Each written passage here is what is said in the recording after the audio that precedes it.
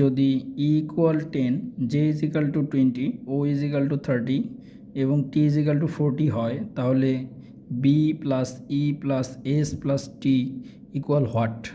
খেয়াল করে দেখেন, আমরা যদি এবিসির সিকোয়েন্সিয়ালি লিখি তাহলে আমাদের ইর অবস্থানটা কোথায়? ইর অবস্থানটা এই জায়গায়।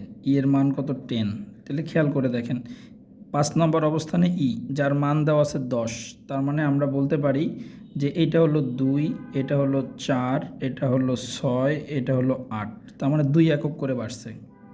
ঠিক আরেকটা যদি আমরা টেস্ট করি 20, তাহলে 20 কিন্তু জে 10 নম্বরে। তাহলে দেখেন এটা হলো 12, এটা হলো আমাদের 14, এটা হলো আমাদের 16, এটা হলো 18। তাহলে 2 একক করে বাড়ছে। ঠিক অনুরূপভাবে যদি ও আমরা দেখি 30, তাহলে দেখেন এটা হলো আমাদের 22, এটা হলো 24, 26, 28, 30। টি কত? 40। তার মানে এটা হলো 32, এটা হলো 34, এটা হলো 36, এটা হলো 38, দেন হলো 40।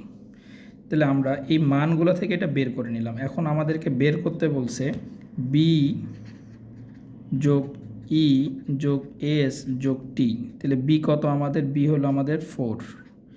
ই কত আমাদের? ই হলো আমাদের 10। এস কত? এস হলো আমাদের 38 এবং টি কত? 40। তাহলে আমাদের আস্তে আস্তে যোগ করলে 92। তার মানে অ্যান্সার কত? 90।